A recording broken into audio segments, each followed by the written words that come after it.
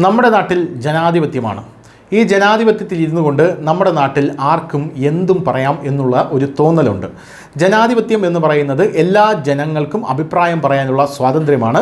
എല്ലാ ജനങ്ങൾക്കും തങ്ങളുടെ ഭരണാധികാരികളെ സെലക്ട് ചെയ്യാനുള്ള അവകാശമാണ്. എന്നാൽ ഈ ജനാധിപത്യത്തെ മിസ്യൂസ് ചെയ്യുന്ന അല്ലെങ്കിൽ ഇതിൻ്റെ ഈ അവകാശങ്ങളെ മിസ്യൂസ് ചെയ്യുന്ന പല ആൾക്കാരും നമ്മുടെ സമൂഹത്തിലുണ്ട് എന്ന് നമുക്ക് എല്ലാവർക്കും അറിയാം. ജനാധിപത്യത്തിൻ്റെ പേരിൽ രാഷ്ട്രത്തെ കുറ്റം പറയുക, രാജ്യത്തിൻ്റെ ദേശീയ ചിഹ്നങ്ങളെ നിന്ദിക്കുക, ദേശീയ ഗാനത്തെ വണങ്ങാതിരിക്കുക, ദേശീയ ഗാനം പാടുമ്പോൾ നിങ്ങൾ എഴുന്നേറ്റ് നിൽക്കണമെന്ന് പറയുമ്പോൾ അതൊന്നും ചെയ്തുകൊണ്ട് എൻ്റെ ദേശീയത തെളിയിക്കേണ്ട ആവശ്യമില്ല എന്ന് പറയുക.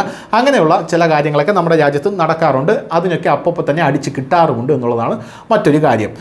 എന്തായാലും ഇപ്പോൾ ഈ ജനാധിപത്യത്തിൽ ഏതൊരു മണ്ടനും അഭിപ്രായം പറയാം എന്നുള്ള ഒരു വലിയ ന്യൂനത ഉണ്ട്. കാരണം ആ മണ്ടൻ്റെ അഭിപ്രായം പോലും ഈ മണ്ടൻ്റെ സമാനമായിട്ടുള്ള ചിന്താഗതിയുള്ളവർ ഏറ്റെടുത്ത് വലിയ രീതിയിൽ ആഘോഷമാക്കും. പ്രത്യേകിച്ച് ഇത് സോഷ്യൽ മീഡിയ യുഗമായതുകൊണ്ട് തന്നെ അങ്ങനെയൊക്കെ ആഘോഷമാക്കുമെന്ന് നമുക്ക് എല്ലാവർക്കും അറിയാം.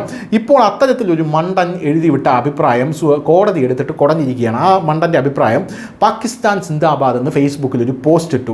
62-കാരനായ അൻസാർ അഹമ്മദ് സിദ്ദിഖിയാണ് പാകിസ്ഥാൻ സിന്ദാബാദ് എന്ന് ഫേസ്ബുക്കിൽ പോസ്റ്റ് ഇട്ടത്. അഭിപ്രായ സ്വാതന്ത്ര്യത്തിൻ്റെ പേരിൽ ഞാൻ ആ പോസ്റ്റ് ഇടുന്നു എന്നുള്ളതായിരുന്നു ഇയാളുടെ പ്രധാനപ്പെട്ട കാര്യം. നമ്മുടെ നാട്ടിൽ അങ്ങനെയാണല്ലോ. നമ്മുടെ നാട്ടിൽ അപ്പുറത്തിരിക്കുന്ന ആളുടെ തന്തയ്ക്ക് വിളിച്ചു കഴിഞ്ഞ ശേഷം ഇതെൻ്റെ അഭിപ്രായ സ്വാതന്ത്ര്യമാണെന്ന് പറയുന്നു. രാജ്യത്തെ അപമാനിച്ച ശേഷം അഭിപ്രായ സ്വാതന്ത്ര്യമാണെന്ന് പറയുന്നു. എന്നാൽ ഇത്തവണയും അഭിപ്രായ സ്വാതന്ത്ര്യമാണ് എന്ന് ഇയാളുടെ വാദം വിലപ്പോയില്ല. പോലീസ് കേസെടുത്തു, നല്ലപോലെ തട്ടി. അതിനുശേഷം ഇയാൾ കോടതിയിലേക്ക് നീങ്ങി. കോടതി ജാമ്യാപേക്ഷ കൊടുത്തു. എന്നാൽ കോടതി ആ ജാമ്യാപേക്ഷ എടുത്ത് തോട്ടിൽ കളഞ്ഞിരിക്കുന്നു എന്ന റിപ്പോർട്ടാണ് ഇപ്പോൾ കിട്ടുന്നത്. ദേശവിരുദ്ധ കേസുകളോടുള്ള ജുഡീഷ്യറിയുടെ സഹിഷ്ണുത മൂലമാണ് ഇത്തരം കേസുകൾ വർദ്ധിച്ചു വരുന്നതെന്ന് കോടതി പറഞ്ഞു. അതായത് ഇത്തരത്തിലുള്ള കേസുകൾ വരുമ്പോൾ നിങ്ങൾ അഭിപ്രായ സ്വാതന്ത്ര്യമാണെന്ന് പറയുമ്പോൾ കോടതി വായും പൂട്ടി മിണ്ടാതിരിക്കുന്നത് കൊണ്ടാണ് നിങ്ങൾ വീണ്ടും ഇത് ആവർത്തിക്കുന്നതെന്ന് കോടതി കൃത്യമായിട്ട് പറഞ്ഞിട്ടുണ്ട്. അൻസാർ അഹമ്മദിന് ജാമ്യം നൽകാൻ വിസമ്മതിച്ച ജസ്റ്റിസ് സിദ്ധാർത്ഥ് രാജ്യത്ത് ഇത്തരം കുറ്റകൃത്യങ്ങൾ നോർമലൈസ് ആകുകയാണെന്നും പറഞ്ഞിട്ടുണ്ട്. അതായത് ഇപ്പോൾ രാജ്യത്തെ കുറ്റം പറയുന്നതും ദേശീയ ചിഹ്നങ്ങളെ അധിക്ഷേപിക്കുന്നതും ശത്രു രാജ്യത്ത് നിന്ന് സപ്പോർട്ട് ചെയ്യുന്നതും നോർമലായി കഴിഞ്ഞു.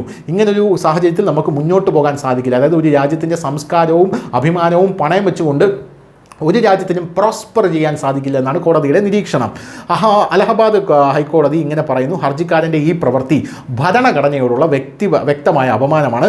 ഇന്ത്യ വിരുദ്ധ പോസ്റ്റുകൾ പങ്കിടുന്നത് രാജ്യത്തിൻ്റെ പരമാധികാരത്തോടുള്ള വെല്ലുവിളിയാണ്. കൂടാതെ രാജ്യത്തിൻ്റെ അഖണ്ഡതയെ പ്രതികൂലമായി ബാധിക്കുന്നു. ഹർജിക്കാരൻ ഒരു മുതിർന്ന പൗരനാണ്, സ്വതന്ത്ര ഇന്ത്യയിൽ ജനിച്ചയാളാണ്. അദ്ദേഹത്തിൻ്റെ പ്രായം എന്നാണ് വളരെ പ്രായമുള്ള ആളാണെന്നാണ് മനസ്സിലാക്കുന്നത്. എന്നിരുന്നാലും അദ്ദേഹത്തിൻ്റെ നിരുത്തരവാദപരമായിട്ടുള്ള പെരുമാറ്റവും ദേശവിരുദ്ധ പെരുമാറ്റവും ഭരണഘടനയുടെ ആർട്ടിക്കിൾ 21 പ്രകാരമുള്ള സ്വാതന്ത്ര്യത്തിനുള്ള അവകാശത്തിൻ്റെ സംരക്ഷണത്തിന് അദ്ദേഹത്തെ യോഗ്യനാക്കുന്നില്ല എന്നാണ് കോടതി പറഞ്ഞത്.